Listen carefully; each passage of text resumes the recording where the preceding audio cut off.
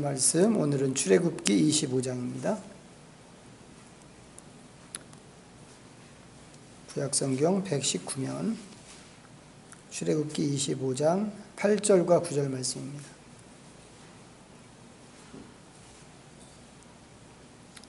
출애굽기 25장 8절 9절 찾으셨으면 합독으로 읽겠습니다. 시작.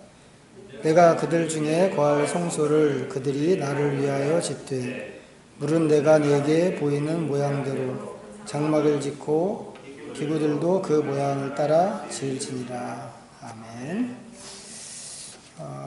오늘부터는 좀 성막 얘기 좀 하려고 그럽니다. 지금 읽은 것처럼 이제 성막이라고 하는 게 출애굽기에 나오는 건축물이에요. 너무 헐렁하게 생겨서 건축물이라고 하기도 좀 그렇기도 한데, 어쨌거나 출애굽기에 나옵니다. 출애굽기에 나오는데, 출애굽기가 내용이 되게 단순해요. 이게 제일 앞에 이제 한 절반 정도 보면 이스라엘 백성들이 애굽에서 어떻게 나오는가, 이제 출애굽하는 이야기로 되어 있죠. 그리고는 이제 이 사람들이 애굽에서 나와서 시내산으로 가게 되는데, 시내산에서 하나님께서 십계명을 주시고 또 이제 거기에 결부된 이제 몇 가지의 율법들을 이제 주십니다. 그렇게 하고 바로 뒤따라 나오는 게 이제 이 성막의 양식에 대한 이야기인데, 성막의 양식이 이러이러하다고 알려주는 이야기가 나오고, 그리고는 잠깐 동안 이제 짧은 금송아지 사건 이야기가 나오고, 이제 그 뒤에 다시 성막 이야기가 나옵니다. 근데 이제 뒤에 나오는 성막 이야기는 이제 성막을 만드는 과정에 대한 이야기입니다. 이게 이제 전체 40장 되는, 어떻게 보면 되게 두꺼운 책에 속하는데, 내용을 보면 별거 없습니다. 탈출 이야기, 율법 이야기, 성막 이야기, 금송아지 이야기, 또 성막 이야기. 특이한 것은 성막 이야기가 2번 나온다는 거죠. 근데 한 번은 이제 앞에 말씀드린 것처럼 이렇게 지어라 라고 하는 것을 말씀하시고, 이제 두 번째는 이제 이렇게 만들었다고 하는 것을 이제 이야기합니다. 근데 내용이 똑같습니다. 이제 이렇게 할 거면 이제 우리가 생각할 때는, 그러면 뭐 한 번만 기록해도 될 것 같은데, 그리고 되게 재미없잖아요. 읽는 우리로서는. 다 그게 그 소리 같고, 뭐 이야기거리도 아니고. 너무 지루한 얘기인데, 지루한 얘기를 2번 연거푸 기록했다고 하는 게 어떻게 보면 좀 이상해 보일 수 있는데, 근데 모세는 굳이 2번, 이 성막 이야기를 2번 기록했습니다. 이제 그만큼 중요한 이야기다라고 하는 이제 의미일 수 있을 거라고 생각하는데, 그 중요한 내용이 무엇인가를 이제 조금 아까 우리가 읽었던 그 말씀에서 좀 몇 가지로 찾아보려고 그럽니다. 3가지 우리가 생각할 수 있는데, 자, 우리말 성경에 나와 있는 순서대로 정리하면 이제 제일 먼저 나오는 게 성막의 목적입니다. 무엇을 위해서 이런 건축물이라고 말하기도 좀 민망스러운 이런 물건이 필요했는가? 하나님이 이거 이제 이렇게 만들어라고 이렇게 말씀을 하신 거잖아요. 그러니까 하나님께서 목적하시는 의도가 있을 건데, 그 의도가 무엇인가? 보니까 하나님이 거하시는 장소라고 하는 게 성막의 목적입니다. 내가 그들 중에 거할 송소를 이라고 이렇게 말씀하셨잖아요. 하나님께서 사람들 사이에, 이스라엘 사람들 사이에 거하시겠다고 하는 이야기를 지금 이렇게 하시는 겁니다. 여러분 생각해보면 이게 얼마나 큰 축복인지 몰라요. 하나님이 이 사람들 사이에 오셔서 거하겠다라고 하는 게. 이게 왜 축복이냐면, 인간이 아담의 반역으로 인해서 하나님을 잃어버렸기 때문에 그렇습니다. 우리가 흔히 이제 구원을 이야기하잖아요. 예수 믿고 구원받는다, 이렇게 이야기하는데, 근데 이 이야기를 제대로 하려면 예수 믿고 구원받으니까 예수 믿으세요, 이렇게 얘기하기 전에 우리에게 왜 구원이 필요한가, 이거부터 얘기해야 됩니다. 이거 먼저 설득을 해야, 내가 정말 구원이 필요한 존재구나 하는 것을 먼저 이해하고, 그 다음에 구원을 얻기 위해서 그러면 어떻게 할 것인가, 이걸 찾게 된단 말이죠. 이게 순서입니다. 우리가 구원을 받아야 된다라고 하는 얘기는 우리가 어딘가에 지금 빠져 있다고 하는 그런 뜻이란 말이죠. 지금 내가 구원을 받아야만 하는 그런 위치에 있다고 하는 것을 내포하고 있는 이야기입니다. 그러면 구원을 받아야 되는 이 상황, 우리가 어딘가에 빠져 있다고 하는 이 상황이라고 하는 것이 도대체 어떤 것인가 하는 건데, 우리가 보통 구원을 얘기할 때 죄로부터의 구원, 죽음으로부터의 구원, 뭐 이런 거 얘기합니다. 그런데 이상한 건 뭐냐면 성경이 우리가 이야기하는 것보다 훨씬 다양한 측면에서 구원이라고 하는 말을 사용한다고 하는 겁니다. 예를 들어서 사도행전에 보면 나면서부터 걷지 못했던 사람 이야기가 나옵니다. 한번 찾아보세요. 사도행전 3장. 자, 신약성경 190면. 사도행전 3장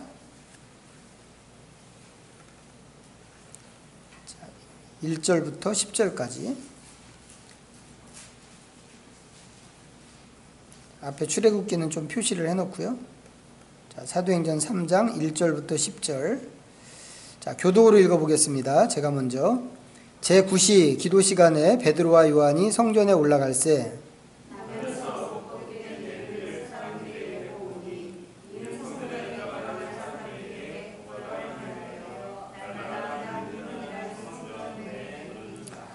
그가 베드로와 요한이 성전에 들어가려 함을 보고 구걸하거늘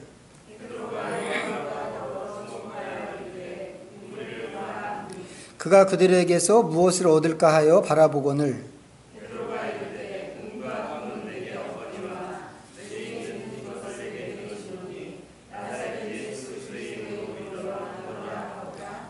오른손을 잡아 일으키니 발과 발목이 곧 힘을 얻고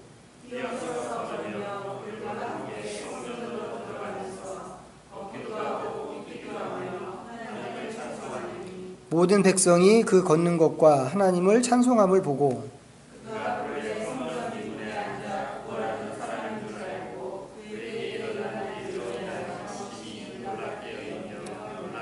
아멘. 자, 태어나서 한 번도 걸어보지 못한 사람을 베드로와 요한이 성전에 올라가 기도하러 가다가 봤습니다.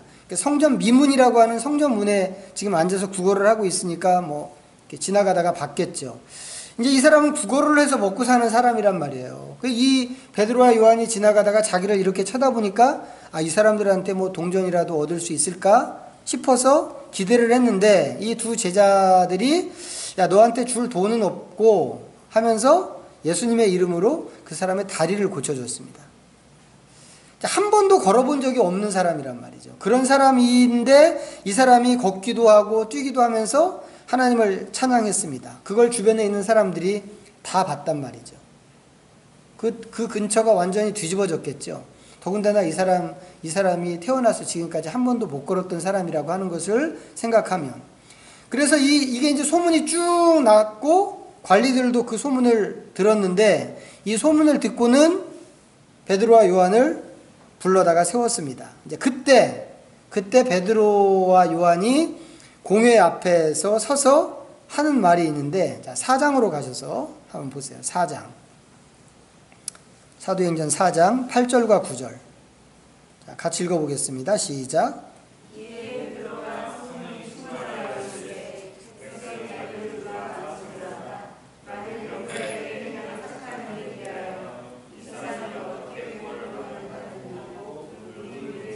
질문한다면 이 성전 미문에 앉아있던 거린이 걸어보지 못한 다리를 지금 고쳤단 말이죠. 한 번도 안 걸어본 다리를 고친 이야기를 하는데 베드로가 그것을 뭐라고 얘기하냐면 구원이라고 이렇게 얘기했단 말이죠. 다리 고침받은 것이 구원이라고. 이해가 되세요? 이게 구원처럼 보이나요? 저는 처음에 이 표현을 이렇게 읽으면서 이게 너무 어색하고 너무 불편했어요. 무슨 이런 게 구원이야. 이런 마음이 좀 저 안에 있었거든요. 왜 그런가 하면, 아니, 구원이라고 그러면 이런 거보다 좀, 그래도 차원이 좀 높고, 뭔가 좀 영적인 것이어야 되지 않겠나 하는 생각이 좀 제 안에 있었기 때문에 그렇습니다. 그래서 이 말씀을 처음 읽었을 때, 제가 이게 되게 불편하게 생각이 됐단 말이죠. 그런데 베드로가 그런 것을, 구원처럼 보이지 않는 그 장면을 구원이라고 그랬습니다. 이제 그런가 하면 다니엘서에 보면 다니엘 친구들 얘기가 나옵니다. 사드락과 메삭과 아벳느고 이야기. 뭐 찾아보지는 않겠습니다만, 이제 그 당시에 이제 왕으로 있던 느부갓네살, 바벨론의 느부갓네살 왕이 이제 자기 형상으로 된 금 신상을 이제 만들었습니다. 엄청나게 이제 멀리서도 다 보일 수 있을 만큼 엄청나게 크게 만들어 놓고는 이제 신호를 보내면 모든 사람들은 그 신상을 향해서 절을 하라고 그랬습니다. 절하지 않으면 쇠를 녹이는 풀무불에 다 집어넣겠다고 그랬습니다. 그런데 이 다니엘의 세 친구 사드락과 메삭과 아벳느고가 절을 안 했어요. 느부갓네살이 그 얘기를 듣고 잡아왔는데, 잡아다가 한 번에 그냥 싹 죽이지 않고 처음에는 살살 이제 달랬습니다. 야, 그래, 지금 한 번 그렇게 한 거는 그럴 수 있다고 인정해 줄게. 근데 이제라도 너네들이 이제 표시를 할 때 그 신상에게 절을 하면 지금까지 있었던 것에 대해서는 없던 일로 하겠다고 그랬습니다. 그런데도 이 친구들이 고집을 부리다가 결국은 평소보다 7배 더 뜨겁게 가열을 한 뜨거운 풀무불에 던져졌습니다. 군인들이 얘네들을 잡아다가 던지려고 데리고 가는 군인들이 타 죽어버렸습니다. 그렇게 뜨거운 풀무불에 던져졌는데 이 사람들이 살아났죠. 살아났습니다. 이 사람들이 살아서 나왔을 때 느부갓네살 왕이 너무 놀라서 하나님을 찬양했습니다. 근데 그때 한 말이 또 구원입니다. 뭐라고 그랬냐면, 하나님께서 하나님만 충실하게 섬긴 종들을 구원하셨구나. 이건 그래도 좀 구원 같죠? 죽다가 살아난 거니까. 컴퓨터에다가 구원이라고 딱 치고 검색을 하면요, 지금 소개해드린 거 이 두 가지 외에도 얼마나 다양한 구원이 나오는지 모릅니다. 성경에 말이죠, 성경에. 전쟁으로부터의 구원, 폭력으로부터의 구원, 또 뭐 원수가 미워하는 것에서부터의 구원, 질병으로부터의 구원, 죽음으로부터의 구원. 너무너무 성경에 나오는 구원이 너무너무 다양한 거예요. 저는 처음에 들을 때 예수 믿고 구원받는 거라고만 그렇게 들었는데, 구원이 그것만이 아니더란 말이죠.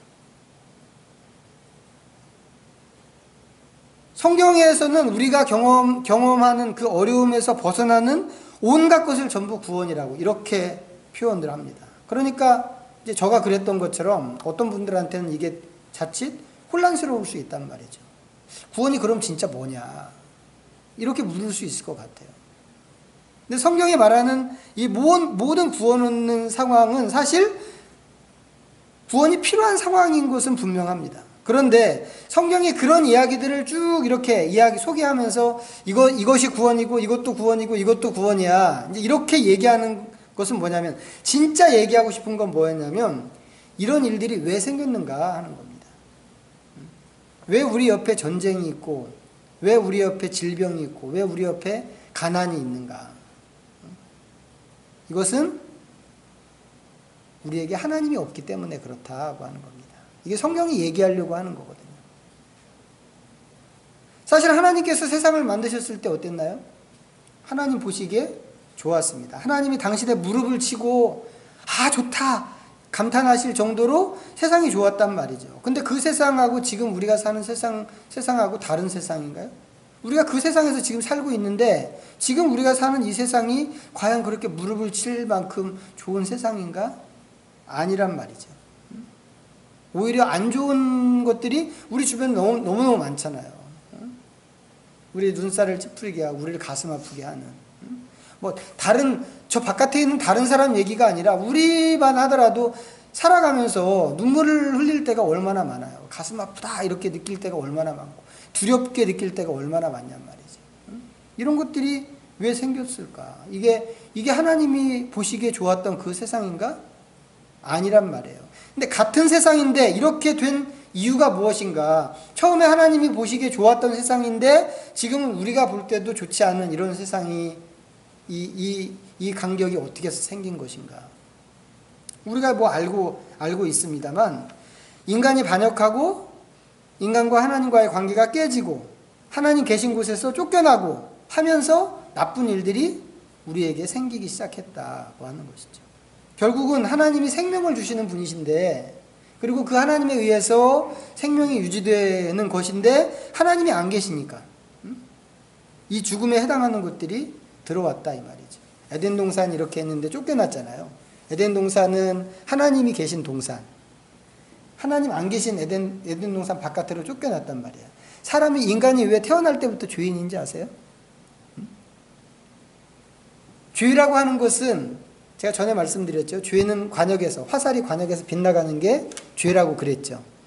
하나님에게서 빗나가면 그게 다 죄란 말이에요. 근데 사람이 에덴 동산에 있다가 에덴 동산 바깥으로 이렇게 쫓겨나서 하나님 없는 곳에서 살게 됐다 이 말이죠.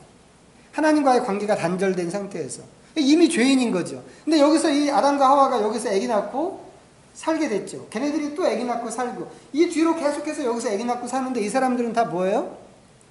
하나님 없이 태어나는 사람들이란 말이죠. 하나님에게서 빗나가는 것이 죄이기 때문에 하나님 없이 태어나는 이 사람들이 태어났을 때부터 본질적으로 죄인일 수밖에 없다고 하는 겁니다. 관계가, 하나님과의 관계가 끊어진 상태에서 태어나는 것이기 때문에. 성경은 그래서 모든 인간이 죄인이라고 이렇게 이야기를 하는 것입니다. 근데 어쨌거나 하나님께서 이렇게 이제 이 하나님이 계신 곳에서 쫓겨나면서 나쁜 일들이 그렇게 생겼는데 하나님이 아담에게 너 이거 먹으면 죽는다 라고 말씀하실 때 생각하셨던 그 죽음이 바로 이런 것들이 아니었나 하는 겁니다. 전쟁이나 폭력이나 아니면 뭐 질병이나 가난이나 이런 것들 말이죠. 그리고 이 모든 것들의 클라이막스가 죽음인 거죠. 전쟁 나면 무섭죠. 왜 무서운가요? 죽을까봐 무서운 거죠. 돈이 없으면 무섭습니다. 왜 무서운가요? 죽을까봐 무서운 거예요. 다 그렇단 말이죠. 무섭다라고 하는 것은 그 끄트머리에 이 죽음이라고 하는 것이 딱 버티고 있기 때문에 무서운 거란 말이죠. 왜 이런 것들이 생겼는가 하면 하나님과의 관계가 끊어져서 반역 때문에 생겼는데 이게 뭉뚱그려서 하나님은 그것을 죽음이라고 말씀하셨단 말이죠. 이제 이렇게 보면 우리가 갖고 있는 문제들은 뭐예요? 실제는 진짜 문제가 아닌 거죠. 심지어는 죽음조차도 진짜 문제가 아닌 겁니다. 진짜 문제는 뭐게요? 하나님이 없다는 게 진짜 문제죠. 아담과 하와의 반역으로 이 인간이 하나님을 잃어버렸다고 하는 게 이게 문제인데 이 문제를 제대로 풀려고 하면 하나님께 돌아가서 하나님을 되찾는 것밖에 없습니다. 하나님 없어서 이런 일들이 생겼기 때문에. 그래서 진짜 구원이란 무엇인가 그러면 물을 때 답은 하나란 말이죠. 하나님을 되찾는 게 구원이다 라고 하는 겁니다. 하나님 없이 살던 사람이 하나님을 되찾아서 그 하나님과 함께 사는 것을 진정한 의미에서 구원이라고 이렇게 할 수 있는 겁니다. 그래서 우리의 관건이 뭔가 하나님을 되찾아야 되겠다라고 하는 것이죠. 문제는 우리가 그럼 어떻게 하나님을 되찾을 수 있을 것인가 하는 겁니다. 사실 인간에게는 하나님을 되찾을 수 있는 능력이 없습니다. 자, 로마서 3장 한번 찾아보세요. 로마서 3장.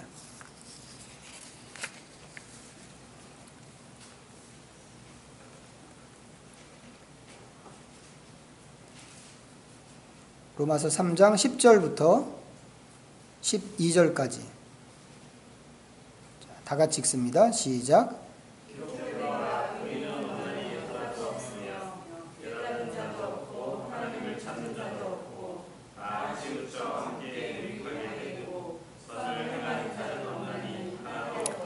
자, 인간에게는 하나님에 대해서 깨닫는 힘이 없습니다. 아무리 노력하고 아무리 연구해도 하나님을 알 수 있는 능력이 없다 이 말이죠.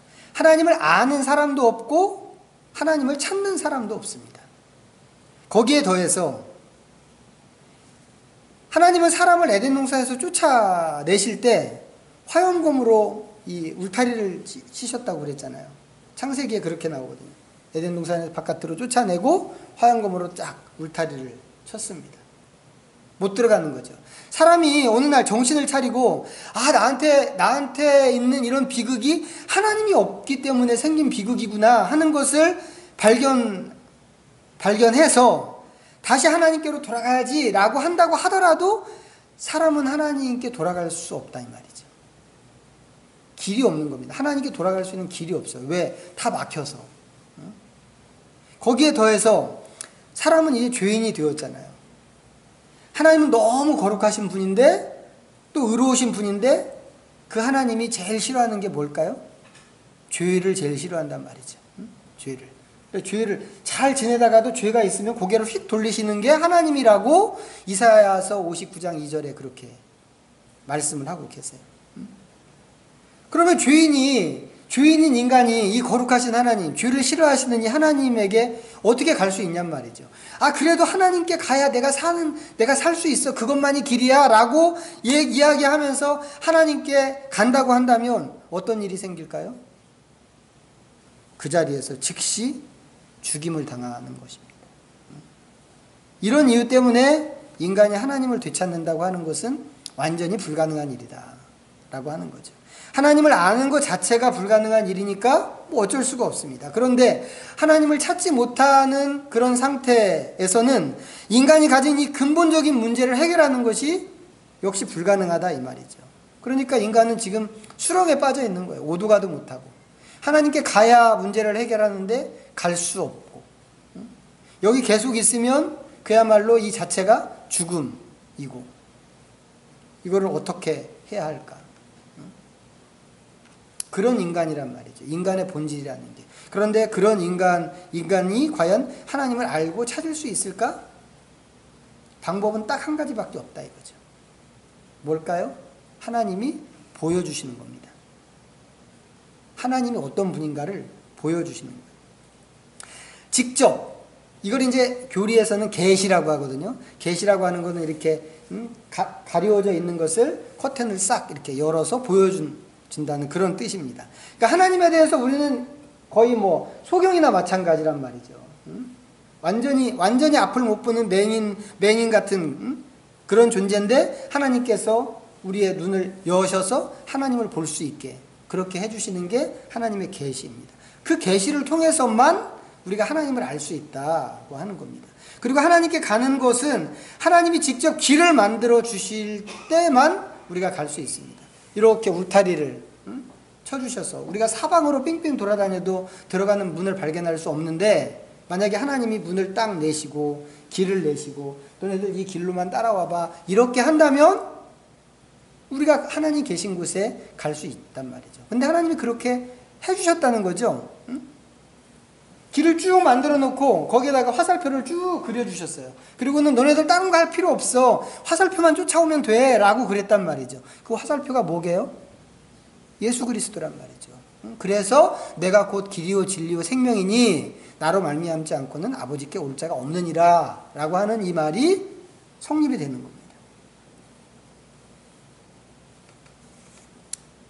근데 하나님이 그렇게 길을 만들어 주실 때만 우리가 하나님께 갈 수 있는데 그거 외에는 길이 없는데 우리에게 능력도 없고 아무것도 없는데 근데 우리가 읽은 말씀에서 뭐라고 그랬다고요?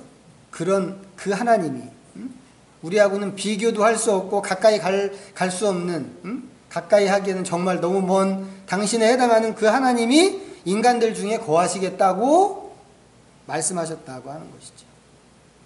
하나님 사실 이렇게 할 필요 없죠. 인간은 반역자란 말이죠. 반역자인데다가 원수를 따라간 죄인입니다. 하나님이 굳이 사람과 함께 하실 필요도 없고 오히려 반역에 대해서 막 보복을 하신다고 해도 상관없습니다. 누가 뭐라고 욕할 사람이 없어요. 보복을 하시면 보복을 당하는 게 싸지. 자기가 먼저 반역했으니까. 그런데 하나님께서 그렇게 하지 않으시고 이 사람들과 함께 하고 싶어 하셨다 이 말이죠. 예수님이 오실 때 임마누엘로 오신 거 우리가 다 알고 있잖아요.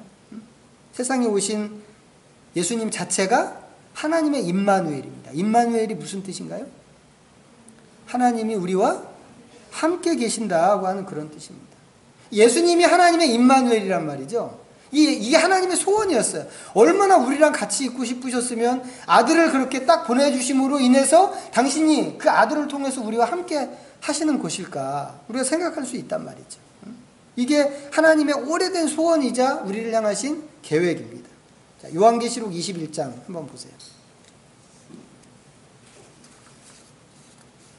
420페이지 거의 제일 끝에 요한계시록 21장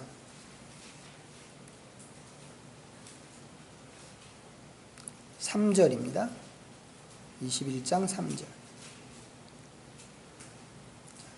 읽습니다. 시작.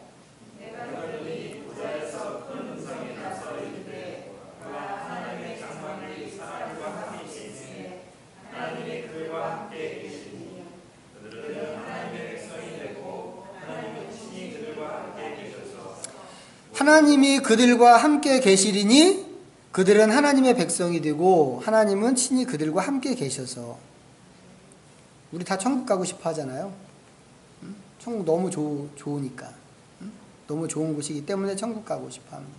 근데 우리가 가고 싶어 하고 가려고 하는 천국이 왜 좋은가요? 어떤 사람은 야, 천국은 너무 지루해서 참 가도 걱정이야, 이렇게 얘기하는 사람 실제로 있죠. 가면 맨날 찬송만 한다고. 찬송하는 것도 이렇게 정도껏 해야 그게 재미가 있지. 그냥 주구장창 찬송만, 하루 24시간 찬송만 하라고 그러면 너무 힘들어서 지쳐서 쓰러지지 않겠어요? 그런가 하면 제가 주일학교 교사할 때는 이거 글 없는 책 가지고 이렇게 전도하러 다니면서 애들한테 그렇게 설명했어요. 천국이 얼마나 좋은지 아니? 다 금딱지로 돼 있어. 이렇게 금 페이지 보여주면서. 천국은 온통 막 건물도 다 금이고 이 길도 다 금이야. 그래 이 금이 너무 순금이기 때문에 이렇게 걸어가면 다 비쳐. 얼마나 좋아. 그런데 가고 싶지 않아? 이렇게 얘기했는데 지금 생각해보면 너무 바보 같은 얘기였죠. 그렇게 온통 모든 것이 다 금딱지로 되어 있으면 그 금은 지금 이 세상에 벽돌만 또 못한 거야. 생각해보면. 그런 게 있어서, 그런 걸로 되어 있어서 천국이 좋다고 얘기하는 건가? 그런 건 아니란 말이에요. 왜 천국이 좋은가? 지금 읽은 이 요한계시록 21장에 있는 이 말씀을 통해서 우리가 생각할 수 있는 것은 뭐냐면 거기가 하나님이 함께하는 곳이기 때문에 좋은 곳이다 하는 겁니다. 하나님을 그동안 잃어버리고 살았거든요. 지금 우리는 이제 예수님 믿고 우리 하나님을 알게 됐죠. 하나님을 되찾았어요. 되찾았지만 여전히 깝깝하죠. 하나님을 볼 수도 없고 만질 수도 없고. 사도 바울이 그래서 고린도전서 13장 12절에 그런 얘기했습니다. 지금은 거울을 보는 것처럼 희미하지만 그때가 되면 얼굴과 얼굴을 맞대고 볼 것이라고. 누구를요? 하나님을. 거울을 지금 우리가 보는 유리거울 말고 그 옛날에 쓰던 놋거울 말이죠. 놋거울로 이렇게 보면 희미할 수밖에 없잖아요. 하나님이 분명히 계신 것도 알고 하나님이 아버지신 것도 알고 내가 기도하면 응답하시는 것도 알고 다 알겠는데 하나님이 선명하게 보이지 않아. 이 세상에서는. 바울도 그랬단 말이에요. 바울도. 우리도 어쩔 수 없는 거죠. 그런데 지금은 그렇게 선명하지 않기 때문에 너무 답답하고 하나님 좀 보고 싶은데 이런 마음이 있는데 하나님 앞에 가면 이제 얼굴과 얼굴을 맞대고 본다 이 말이죠. 하나님의 나라는 하나님이 그들과 함께 계시는 그런 곳이기 때문에 그렇다 이 말이에요. 그러면 생각해 보세요. 에덴 동산에서부터 이 요한계시록 완성된 하나님의 나라까지 한번 쭉 생각해 보세요. 그 에덴 동산에서부터 하나님 나라가 완성될 때까지 엄청난 세월이 흐르고 역사가 바뀌고 이제 그렇게 되는데 그 긴 세월 속에서도 그 많은 변화 속에서도 하나님의 마음이 단 한 번도 바뀐 적이 없는 것이 있는데 그게 뭔가 내가 이 사람들과 함께하고 싶다라고 하는 것입니다. 그 계획. 내가 얘네들과 함께하고 싶다라고 하는 그 계획이 한 번도 바뀐 적이 없다 이 말이죠. 그러니까 어떤 면에서 생각하면 구원은 무엇인가? 구원은 다른 게 아니고 하나님과 인간이 함께 있었던 이 에덴 동산의 처음 시절을 회복하는 것, 그것이라고 얘기할 수 있습니다. 그리고 실제로 요한계시록에 보면 에덴 동산하고 똑같은 장면이 거기 나와요. 그런데 그 마음과 그 계획을 내가 이 사람들과 함께 있겠다라고 하는 그 마음과 그 계획을 가지고 하나님이 이스라엘 사람들에게로 오시겠다고 그러는 것입니다. 이 인간의 모든 고통이라는 게 하나님 없는 데서 생긴 것이니까 하나님이 오신다고 하면 이제 아까 말씀드린 것처럼 이것처럼 큰 축복이 없는 게 분명합니다. 그렇지만 하나님이 그냥 오시면 안 된다 이 말이죠. 왜 안 되나요? 하나님을 보거나 하나님을 가까이 하게 되면 그 사람은 죽으니까. 하나님을 딱 보고는 그냥 그 다음부터 시름시름 앓다가 죽는 게 아니고 그냥 그 자리에서 죽는 거란 말이죠. 즉시.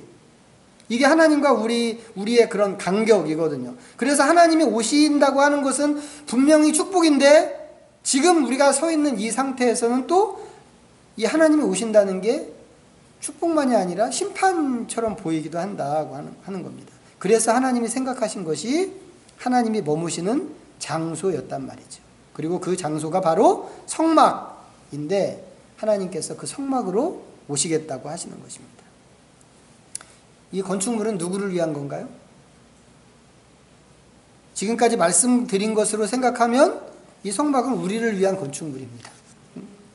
왜요? 우리를 죽지 않게 하기 위해서 하나님이 딱 임재하시는 장소를 한정시킨 거잖아요. 나는 여기만 있을게 라고.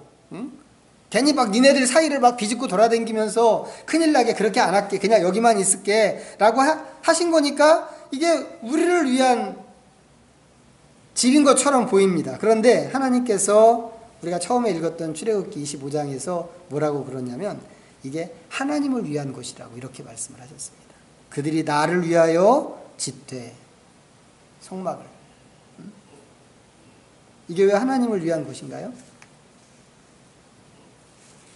이 성막이 단순히 하나님이 와서 그냥 계시는 머무시는 그런 것을 위해서 짓는 장소가 아니기 때문에 그렇습니다. 물론 성막은 하나님이 오시는 장소입니다. 하지만 하나님은 거기 왜 오실까? 하나님이 단지 거기 가만히 앉아 있으려고 오시는 것은 아닐 거란 말이죠. 그 좁은 곳에. 그런 것이 아니고 하나님은 여기에서 사람들에게 경배받기를 원하시는 것입니다. 처음에 하나님이 세상을 창조하셨을 때 어땠어요? 그때 하나님은 왕이셨단 말이죠.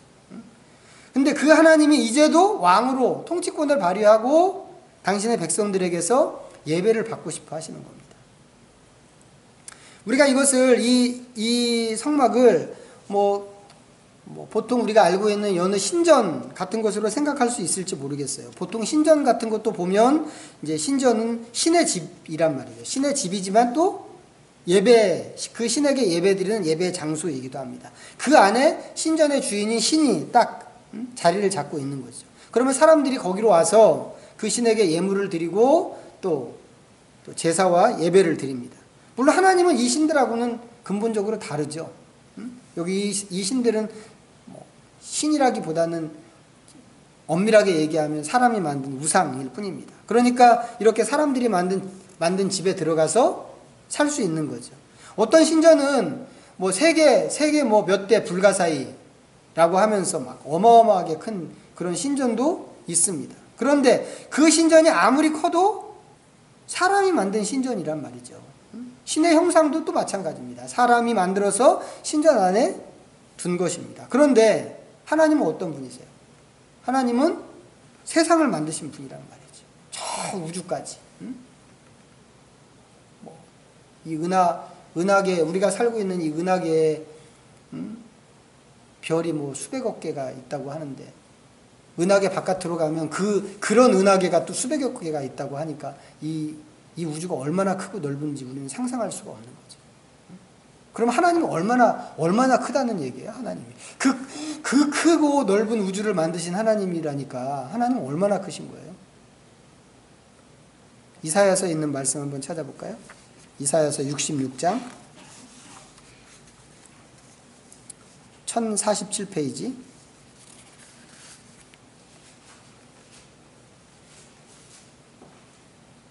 1절 이사야서 66장 1절 66장 1절 다 같이 시작.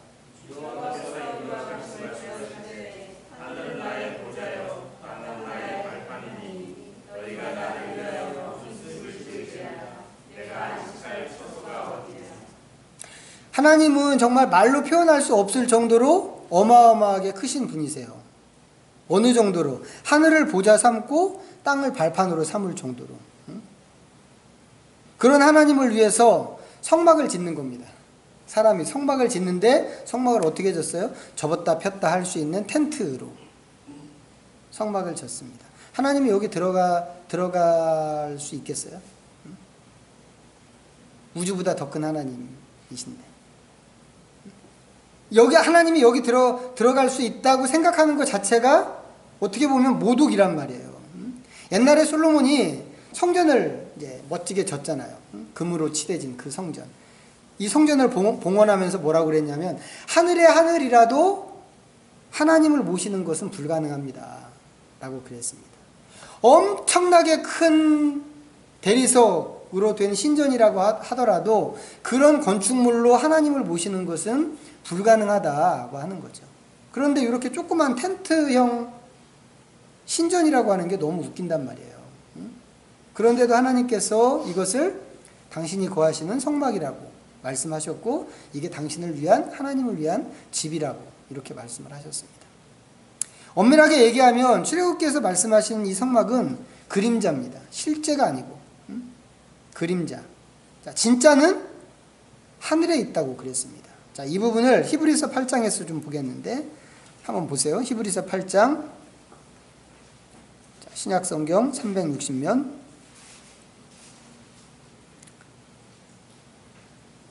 8장 5절. 자, 읽습니다. 시작. 그들이 섬기는 것은 하늘에 있는 것의 모형과 그림자라. 모세가 장막을 신뢰할 때 지시하신 것과 같으니 이르시되 삼가 모든 것을 산에서 이리 보이던 동을 따라 지으라 하시느니라. 자, 보통 신전은 뭐 그 신전의 크기가 너무너무 크고 너무 화려하고 뭐 높고 그래서 세계 불가사의라고 하더라도 신전은 사람이 생각하고 사람이 디자인한 그런 건축물입니다. 그들 나름대로 최고로 화려하게, 최고로 웅장하게, 크게 뭐 이렇게 졌겠죠. 솔로몬처럼 막 금가루를 온 벽에다가 뿌려가지고는 도배를 할 수도 있습니다. 구약의 유대 나라에 아하스라고 하는 왕이 있었거든요. 남쪽 유다 나라에. 이 사람이 어느 날 아수르 왕 디글랏 블레셀이라고 하는 왕을 만나러 다메섹에 간 적이 있습니다. 거기 갔는데 거기서 다메섹에서 엄청나게 크고 화려한 제단을 봤습니다. 이 사람이 당장에 그 구조와 식양을 딱 그려서 자기 나라로 보냈어요. 그러면서 그걸 만들어서 자기도 그런 제단에서 제사를 드리고 싶다고, 하나님께 예배하고 싶다고 그랬습니다. 이 사람이요, 크고 화려하게 만들면 하나님이 좋아하실 거라고 하는 생각을 가졌던 것 같아요. 우리도 이런 생각 가질 수 있죠. 얼마든지 가질 수 있습니다. 큰 예배당 지으면 하나님이 좋아하실 것 같다고. 그게 너무 자랑스럽고 하나님께 영광이 될 거라고 생각하는 사람들이 지금도 있습니다. 그러니까 막 몇백억씩 빚을 내서 예배당 짓잖아요. 그리고는 못 갚아갖고 이단한테 팔고. 근데 왜 그런 짓을 할까? 진짜인지 거짓말인지는 모르겠지만 이 사람들이 이야기할 때 이것이 이렇게 짓는 것으로, 화려한 예배당을 짓는 것으로 하나님을 영화롭게 한다고 이렇게 생각을 하는 겁니다. 그런데 하나님도 과연 우리처럼 그렇게 생각하실까? 아니라는 겁니다. 크고 화려한 것 하나님한테는 아무 소용이 없는 겁니다. 아니, 온 세상에 있는 게 다 하나님이 만드신 건데 하나님이 뭐 그런 거 가지고 유혹받고 이러겠어요? 감정이 뭐 왔다 갔다 하고 이러겠어요? 다른 신전과 비교해서 보면 이 성막이라고 하는 것은 정말 볼품없는 그런 물건이란 말이죠. 그런데도 이게 중요한 이유가 뭐냐면 이게 사람이 디자인한 게 아니기 때문에 그렇다고 하는 겁니다. 그 철저하게 하나님께서 생각하신 그런 작품입니다. 그래서 이렇게 하면 하나님을 위하는 것이다, 저렇게 하면 하나님을 위하는 것이다 하면서 자기 마음대로 할 수 있는 게 절대로 아니다라고 하는 겁니다.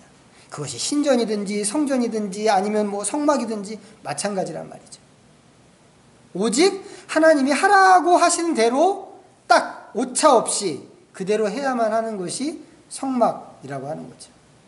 이게 오늘 출애굽기 본문이 말하는 세 번째 중요한 내용입니다. 출애굽기 25장으로 다시 돌아가시겠어요? 25장 9절. 자, 다시 한번 읽죠. 9절 시작.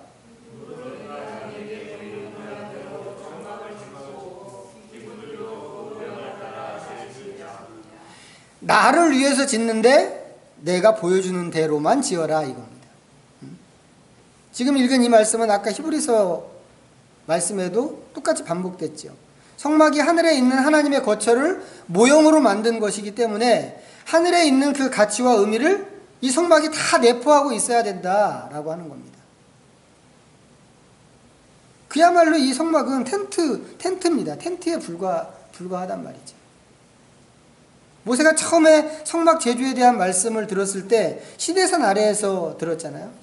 이제 시내산에서 이거 다 말씀 듣고 성막 만들고 그러면 이제 광야를 통과해서 가야 되는데 뭐 긴 광야 여정길에 필요한 거니까는 뭐 쉽게 접었다 폈다 할 수 있는 그런 텐트를 말씀하셨는지는 모르겠지만 그렇다고 하더라도 이게 텐트로만 되어 있는 건 또 아닙니다.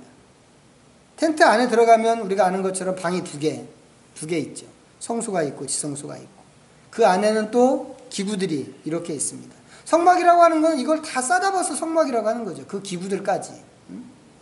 근데 여기 출애굽기 25장에서 말씀하신 것은 뭐냐면 그런 기구들까지도 함부로 만들려고 하지 말고 하나님이 지시하신 대로 딱 그 모양을 따라서 그 규격을 따라서 그렇게 만들어야 된다라고 하는 겁니다. 왜요?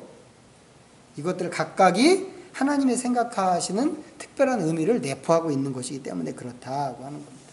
그래서 이제 뒤로 가면 이런 것들을 어떻게 만들어야 하는가에 대해서 구체적인 얘기가 나옵니다. 모양은 어떻게 깎아야 하는가, 또 사이즈는 어떻게 해야 되는가, 또 그 물건을 만드는 그 물건의 재질은 또 어떤 것이어야 되는가, 이런 것들을 아주 자세하게 말씀하고 계십니다. 심지어는 그런 것들이 만들어지면 그 만들어진 것을 어떻게 또 다뤄야 하는가 하는 것에 대해서도 하나님께서 이렇게 정해주시는 규칙이 있습니다. 자, 이것과 관련된 사건이 하나 있는데 한번 또 찾아보죠. 사무엘하입니다. 사무엘하 6장.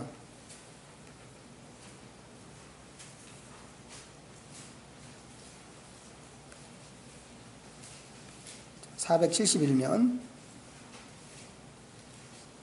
자, 사무엘하 6장 1절부터 8절까지.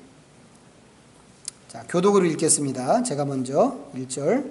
다윗이 이스라엘에게서 뽑은 무리 3만 명을 다시 모으고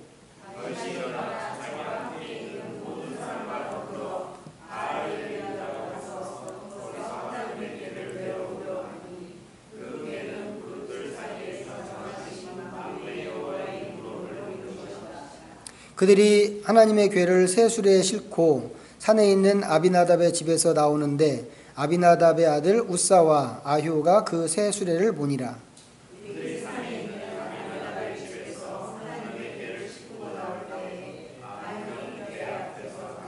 다윗과 이스라엘 온 족속은 잣나무로 만든 여러 가지 악기와 수금과 비파와 소고와 양금과 제금으로 여호와 앞에서 연주하더라.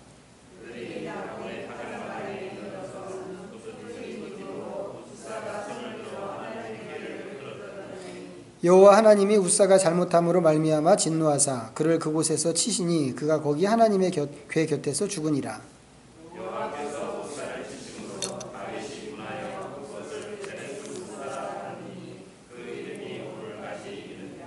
자, 원래 하나님의 궤는 법궤죠. 이 법궤는 성막 지성소에 있어야 하는 겁니다. 근데 그런 것을 옛날에 엘리 제사장의 두 아들이 전쟁하는데 끌고 나갔습니다. 뭐하러 끌고 나갔나요? 부적으로 쓰려고 끌고 나갔습니다. 전쟁이 계속 깨지니까 그러면 이 법궤를 앞세워서 나가면 하나님의 능력으로 전쟁에 이기겠거니 생각했는데 그게 이제 법궤를 부적으로 쓰는 거죠. 근데 부적으로 쓰려고 그렇게 나갔는데 그 전쟁에서 지고 법궤를 뺏겼습니다. 근데 이제 여러 가지 이렇게 우여곡절이 있었죠. 이제 몇 가지 사건들 속에서 법궤가 돌아왔습니다. 돌아왔는데 돌아온 다음에 또 몇 가지의 다른 사건들 때문에 이 법궤를 아비나답이라고 하는 사람 집에다가 두게 됐습니다. 이제 그렇게 그 집에다가 두고 나서 시간이 쭉 흐르고 이스라엘의 왕이 세워지고 사울 왕이 세워지고 폐위되고 다윗이 왕이 됐습니다. 근데 다윗이 왕이 될 때까지 법궤가 그냥 그 자리에 있었단 말이죠. 이거 얼마나 긴 세월이에요. 다윗이 이 법궤를 생각할 때 이게 너무 안타까웠어요. 너무 안타까워서 이 하나님의 법궤를 자기가 있는 곳 가까이로 옮겨오기로 했습니다. 그래서 이제 멋진 수레를 만들었겠죠. 수레에다가 싣고 오는데 이 소가 뛰었습니다. 소가 뛰니까 이제 이 아비나답의 아들 우사라고 하는 사람이 옆에서 몰다가 얼른 그것을 잡았어요. 잡지 않으면 어떻게 되게요? 수레에서 굴러 떨어지겠죠. 법궤가. 근데 그렇게 하지 못하게 하려고 잡았단 말이에요. 그런데 그 자리에서 즉사했습니다. 뭐가 문제였나요? 하나님의 궤는 원래 수레에다가 끄는 게 아니에요. 어깨에다 메고 가는 거란 말이죠. 응? 메고 가는 것인데 수레에다가 실었다는 게 이제 첫 번째 문제고, 또 하나는 이 하나님의 궤는 레위 사람들만 만지도록 되어 있는데, 다룰 수 있는데 레위인이 아닌 사람이 만진 게 문제였단 말이죠. 이 우사가 나쁜 의도로 그랬나요? 아니란 말이죠. 오히려 좋은 의도로 그랬습니다. 그런데도 하나님께서 정해 주신 이 규정에서 벗어났을 때 이런 일이 생겼다고 하는 겁니다. 하물며 이 성막을 만드는 것은 어땠을까 하는 겁니다. 그걸 다루는 것도 이렇게 철저한 그런 규칙이 있는데 이 성막을 만드는 것은 어떠했을까? 그것이야말로 철저하게 하나님이 하라는 대로 시키신 대로만 해야만 하는 것이었다고 하는 겁니다. 시작할 때 말씀드린 것처럼 오늘부터 해서 얼마간 성막 이야기를 좀 하려고 합니다. 그렇다고 해서 제가 성막론을 강의하려고 하는 건 아니고, 나중에 또 언제 시간이 되면 성막론에 대해서도 자세하게 얘기할 때가 있을 거라고 생각은 하는데, 지금은 이 성막에서 기도와 관련된 부분을 좀 함께 나누려고 그럽니다. 그런데 시작하는 자리에서 우리가 가장 먼저 생각해야 하는 것이 한 가지 있는데, 그것이 무엇인가? 말씀대로다라고 하는 겁니다. 말씀대로. 하나님이 지시하신 말씀대로. 성막을 만들고 다루는 사람들한테 하나님이 지시하신 말씀대로가 유일한 법칙이었단 말이죠. 이 성막을 왜 주시는 거였다고요? 이 하나님께서 사람들 사이에 거하시려고 주시는 거였단 말이죠. 그런데 그 사이, 그 관계 속에 지켜야 되는 규칙이 있는데 다름이 아니고 말씀대로다라고 하는 겁니다. 말씀대로. 우리한테도 이것이 규칙이었으면 좋겠습니다. 그래서 말씀이 보여주는 게 있으면 예 하나님 크게 대답하고 쫓아갔으면 좋겠고, 그렇게 하는 순종이 또 하나님의 일을 만들어내는 그런 역사로 나타나면 좋을 것 같습니다. 특별히 기도할 때도 당연히 이런 자세로 기도하는 것이 중요하다고 생각합니다. 내가 하고 싶은 기도를 하는 것이 아니라 하나님 말씀대로. 우리가 지난 몇 주 동안 계속 그 얘기를 했잖아요. 여전히 우리가 성막으로 들어가도 여전히 그 규칙을 잃어버리지만 안 된다 이 말이죠. 말씀 붙잡고 말씀대로 기도하고 말씀대로 따라가고. 왜 이렇게 해야 하는가 하면 기도는 하나님 일시키기 위해서 하는 게 아니거든요. 보통 우리가 이방인식으로 기도하는 것은 뭐예요? 하나님 일시키려고 기도하는 거죠. 하나님 이것도 주세요, 저것도 주세요. 근데 진짜 기도, 하나님이 원하시는 기도는 하나님이 일시키는 게 아니고 우리로 하여금 말씀에 반응하게 하는 게 하나님이 원하시는 기도이기 때문에 그렇다라고 하는 것입니다. 그래서 오늘 이 첫 번째 시간에 이 원리, 말씀대로 하자. 말씀대로라고 하는 것을 내 규칙으로 삼자라고 다짐하고 이것을 우리의 가슴에 좀 깊이 새길 수 있기를 부탁드리겠습니다. 기도합니다. 하나님 아버지 고맙습니다. 오늘도 또 귀한 말씀으로 또 서로 나누게 해주신 것을 감사합니다. 오늘부터 시작해서 하나님의 성막을 좀 우리가 다루고 그 성막 가운데 나타난 기도의 원리들을 좀 찾으려고 합니다. 오늘 첫 번째 시간인데 하나님이 성막을 통하여서 우리와 함께 하시기로 작정하셨는데 하나님과 교제하는 통로로서 이 성막을 대할 때 우리가 어떻게 무엇을 붙잡고 기도로 나아가야 하는지 또 살아야 하는지를 보았습니다. 하나님 성막을 제작할 때부터 말씀대로 하라고 말씀하신 것처럼 오늘 이것이 우리에게도 삶의 규칙이 되기를 간절히 원합니다. 하나님의 말씀은 여전히 우리의 모든 것들을 주장하는 하나님의 명령이며 하나님의 사상이며 하나님의 비전이며 하나님의 꿈인 것을 저희들이 기억하게 하시고 저희도 또한 이것을 붙잡고 하나님이 꿈꾸시는 것을 꿈꾸며 나가게 하여 주시옵소서. 예수님의 이름으로 기도드립니다. 아멘.